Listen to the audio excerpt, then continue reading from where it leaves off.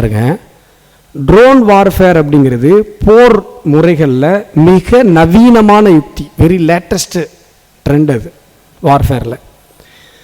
Russia Ukraine வாரில் கூட உக்ரைனிடம் ரஷ்யாங்கிற ஒரு பெரிய தேசம் ட்ரோன் வார்ஃபேரில் தடுமாறுச்சு. ஆனால் ட்ரோன் வார்ஃபேரில் தடுமாறாமல் மிக துல்லியமாக அதை எதிர்கொண்ட தேசம் உலகத்தில் இன்றைக்கு இந்திய தேசம் மட்டும்தான் என்கிற பெருமையை நாம் அடைந்திருக்கிறோம்.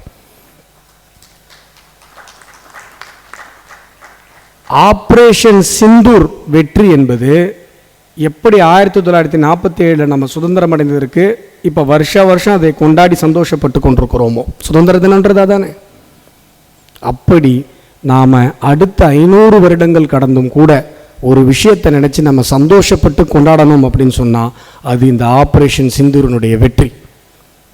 இந்திய தேசத்தின் மீதான நன்மதிப்பு, இந்திய இராணுவம் நம்முடைய மிலிட்ரி மீதான அந்த நன்மதிப்பை ஆப்ரேஷன் சிந்தூர் மாற்றி காட்டியிருக்கிறது. இன்றைக்கு இராணுவத்தில் சுதேசியினுடைய பங்களிப்பு, அதாவது ஆத்ம நிர்பர் பாரத், செல்ஃப் ரிலையன்ட்டுடைய பங்களிப்பு அப்படிங்கிறது ஒரு மிகப்பெரிய உச்சத்தை தொட்டு கொண்டிருக்கிறது. நம்முடைய இளைஞர்கள் 4 பேர் சேர்ந்து ஸ்டார்ட் அப் ஆரம்பித்து ட்ரோனை மிலிட்ரிக்கு ஸ்பான்சர் பண்ணுறாங்க, மிலிட்ரிக்கு தயாரித்து கொடுக்குறாங்க. இதெல்லாம் இந்திய தேசத்தில் ஒரு மிகப்பெரிய ஒரு வளர்ச்சியாக இருந்து கொண்டுட்டுருக்கு. நான் ஒரு விஷயம் மட்டும் சொல்கிறேன், அந்த சொல்லினுடைய உரையை முடிக்கிறேன்.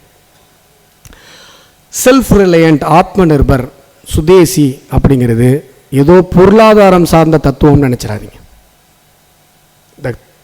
The thought of self-reliant is not merely related to economics. It's a strong feeling. It should be in every mind of Indian, every soul of Indian. அது வெறும் பொருளாதாரம் சார்ந்த தத்துவம் இல்லை. சுதேசி அப்படிங்கிறது, செல்ஃப் ரிலையண்ட் அப்படிங்கிறது, ஆத்ம நிர்பர் அப்படிங்கிறது ஏதோ பொருளாதாரம் சார்ந்து, எக்கனாமிக்ஸ் சார்ந்து யோசிக்கிற தத்துவம் தயவு செஞ்சு நினைக்காதீங்க. செல்ஃப் ரிலையண்ட் அப்படிங்கிறது நம்முடைய ஆன்மாவில் கலந்திருக்க வேண்டிய ஒரு தத்துவம், நம்முடைய லைஃப் ஸ்டைலில் கலந்திருக்க வேண்டிய ஒரு தத்துவம். நீங்கள் ஒரு கார் வாங்கணும்னு நினைக்கிறீங்க, அதில் ஒரு ப்ரையாரிட்டி வைக்கிறீங்க. அந்த கார் எப்படி இருக்கணும், எத்தனை பேர் உட்காரணும், ஒரு செடானாக இருக்கணும், ஒரு எஸ்யூவியாக இருக்கணும், ரூஃப் டாப் இருக்கணும், இப்படிலாம் ப்ரையாரிட்டி வைக்கும் பொழுது ஒரே ஒரு ப்ரையாரிட்டி, அது இந்தியன் மேட் காராக இருக்கணும், இந்திய கம்பெனி தயாரிக்கிற காராக இருக்கணும் ஃபஸ்ட்டு.